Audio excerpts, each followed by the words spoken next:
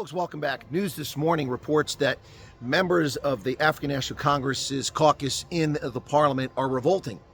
Well, I can confirm that some of them are in fact revolting. No, not that kind of revolting. They're actually up in arms and angry about the Democratic Alliance, falsely claiming the Democratic Alliance is undermining the government. No, the Democratic Alliance, a member of the Government of National Unity, in agreement between the African National Congress and the Democratic Alliance, are standing up for the people of South Africa. They're not undermining the government. That's utter nonsense.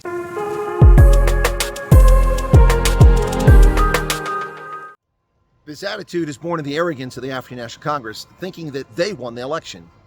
Newsflash, you didn't win the election on May 29th, 2024. You were the largest vote getter, which gave you a plurality, not a majority. Therefore, you need coalition partners. You and the Democratic Alliance approached each other to form a coalition. But because your leaders are cowards in the African National Congress and were terrified that their voters would revolt against such a coalition, you illegitimately invited 8 other parties into your so-called government of national unity. And now you want to kick the DA out. But you have no authority to kick the DA out.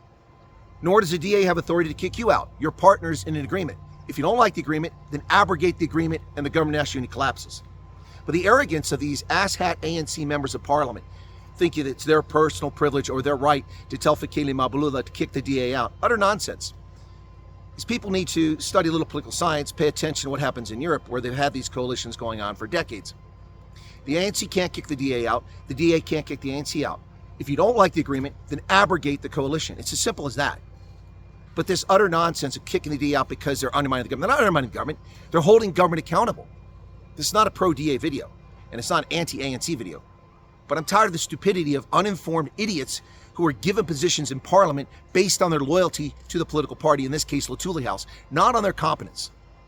If these were lucid, educated, cogent, reasonable individuals, they would know that their parties formed an agreement and that neither of those two parties can kick the other out.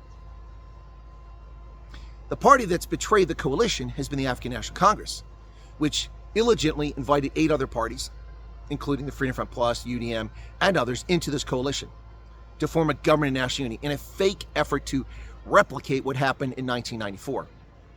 Different time, different era, different outcome. This should be an agreement between the Democratic Alliance and the ANC. That's it.